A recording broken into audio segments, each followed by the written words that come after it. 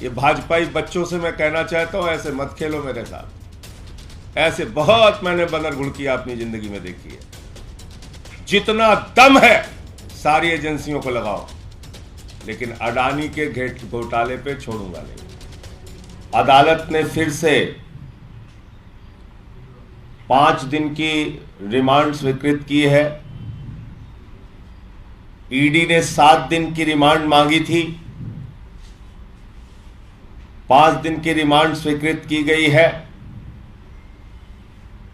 लेकिन यह पूरा मामला, जैसा हम लोग पहले दिन से कह रहे हैं, राजनीतिक द्वेष के कारण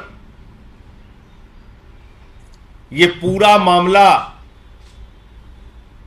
दिल्ली की सरकार को बदनाम करने के लिए, दिल्ली के शिक्षा मॉडल को डिरेल करने के लिए, दिल्ली के लोगों ने आम आदमी पार्टी को जिता क्यों दिया, सरकार क्यों बनवा दी, इसकी सजा देने के लिए मनीष सिसोदिया और सत्येंद्र जैन को जेल में रखा गया है।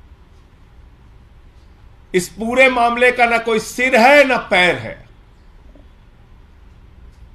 कहते मनीष सिसोदिया ने भ्रष्टाचार कर दिया। 14 घंटे सीबीआई की छापेमारी हुई, घर खोद डाला, कुछ नहीं मिला। गांव में छापेमारी की, कुछ नहीं मिला। दफ्तर में छापेमारी की, कुछ नहीं मिला। बैंक के लॉकर को चेक किया, कुछ नहीं मिला। सीबीआई ने लोगों के गवाही ली और गवाही लेकर पहली चार्जशीट दाखिल की, मनीष सिसोदिया का नाम नहीं। सप्लीमेंट्री चार्जशीट, दोबारा चार्जशीट दाखिल की, उसमें भी लोगों के गवाह के आधार पर चार्जशीट दाखिल की गई, उसमें भी मनीष सिसोदिया का नाम नहीं। लेकिन जबरन अपने आका के कहने पर सीबीआई ने मनीष सिसोदिया को गिरफ्तार किया। पहले सीबीआई ने रिमांड ली। सीबीआई की रिमांड जब पूरी हो रही थी तो 10 महीने तक हिंदुस्तान की सबसे तेज तर्रार कही जाने वाली एजेंसी ईडी, उस ईडी बेचारी को कुछ पता नहीं था। बेचारी ईडी इतनी भोली थी, उसको कुछ भी मालूम नहीं था। अचानक रातों रात जब मनीष सिसोदिया की सीबीआई के मामले में जमानत की याचिका की सुनवाई होनी थी, उसके एक दिन पहले ईडी आती है, वो कहती है हमको पूछताछ करनी है, हमें रिमांड दो। 7 दिन की रिमांड ले लिए, पूछताछ कर लिए, फिर आ गए अभी और पूछताछ करनी है, रिमांड दो। आदरणीय नरेंद्र मोदी जी, आपको पूरा देश देख रहा है। एक ऐसा व्यक्ति जिसने दिल्ली के लाखों बच्चों को अच्छी शिक्षा देने के लिए अपना सब कुछ समर्पित कर दिया, दिन रात मेहनत की, जिन सरकारी स्कूलों में मकड़ी के जाले लगे रहते थे उनको एयर कंडीशन कमरों में तब्दील किया। 6 साल से लगातार इंटर का रिजल्ट सरकारी स्कूलों का प्राइवेट स्कूलों से बेहतरीन आया। बच्चे आईआईटी में सिलेक्ट हुए। पूरी दुनिया में एक शिक्षा मॉडल को प्रचलित किया। आपने उस मनीष सिसोदिया के साथ आतंकवादियों जैसा व्यवहार किया। यह देश इस बात को भूलेगा नहीं।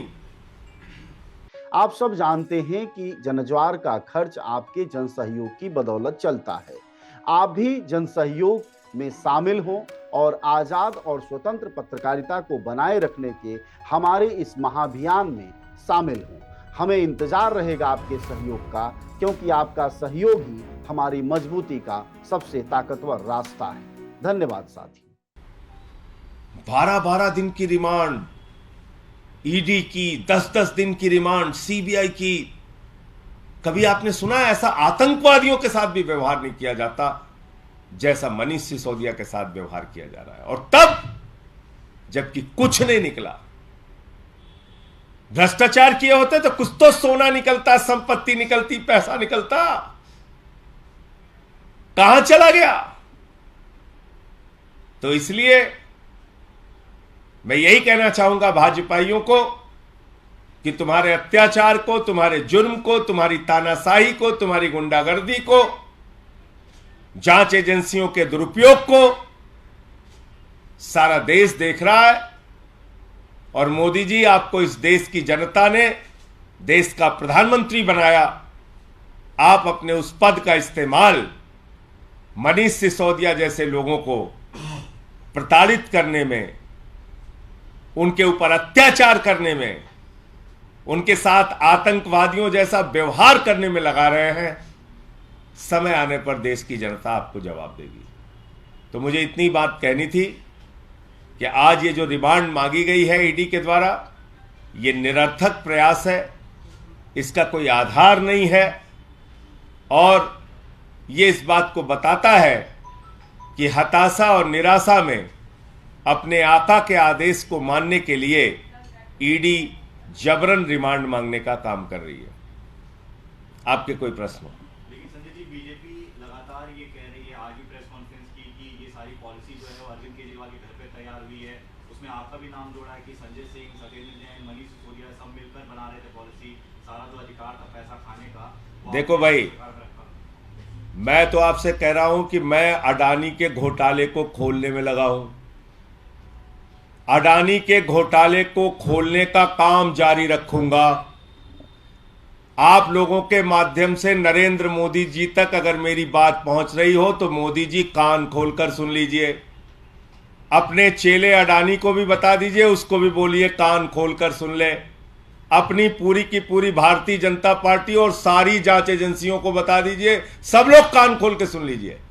अडानी के घोटाले पर पूरे देश में आपको बेनकाब करूंगा। आपने महाघोटाला किया है, उसके बदले में आप और आपकी पार्टी और आपकी जांच एजेंसियां मुझे फांसी पे चढ़ाना चाहें तो चढ़ा दें, उसकी कोई चिंता नहीं है।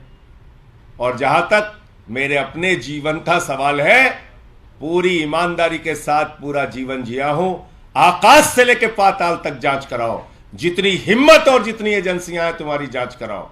कुछ भी अगर मिल जाए तो भ्रष्टाचार के मामले में जो सजा लिखी हो उससे 10 गुना ज्यादा सजा दो, मैं कह रहा हूं। लेकिन अडानी के घोटाले पर छोड़ूंगा नहीं।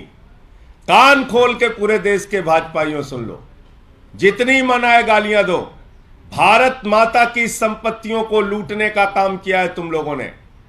लाखों करोड़ का कोयला लूटने का काम किया, गैस लूटने का काम किया, बिजली पानी सड़क को लूटने का काम किया, बैंकों को लूटने का काम किया, एलआईसी को, एसबीआई को लूटने का काम किया, सीपोर्ट और एयरपोर्ट को लूटने का काम किया। अडानी के जरिए तालिबान से ड्रग्स मंगाकर इस देश को बदनाम और बर्बाद करने का काम तुमने किया है। यह बात एक नहीं 1000 बार तक बोलता रहूंगा, अंतिम सांस तक बोलता रहूंगा।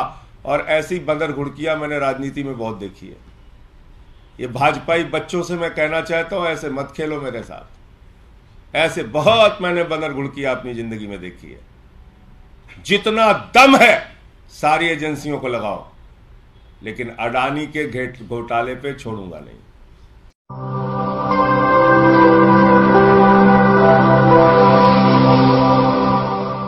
जन ज्वार जनता की